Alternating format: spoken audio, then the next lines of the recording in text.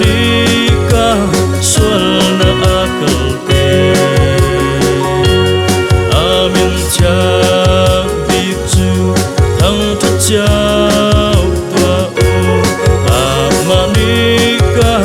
sualna akalpe amin chu thăng tha tua u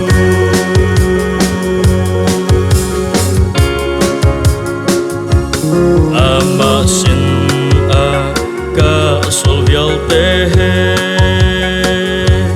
dinak dua ka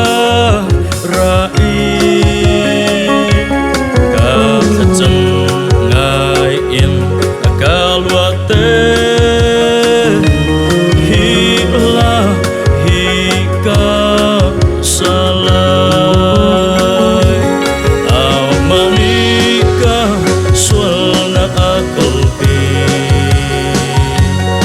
amin chang bikchu thăng thất chao tua u amanika sualna akalpe amin chu thăng tha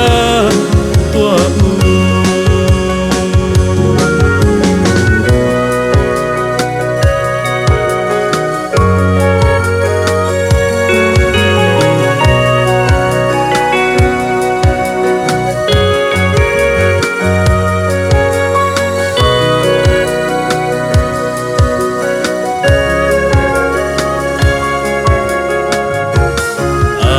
amasena ka solvial te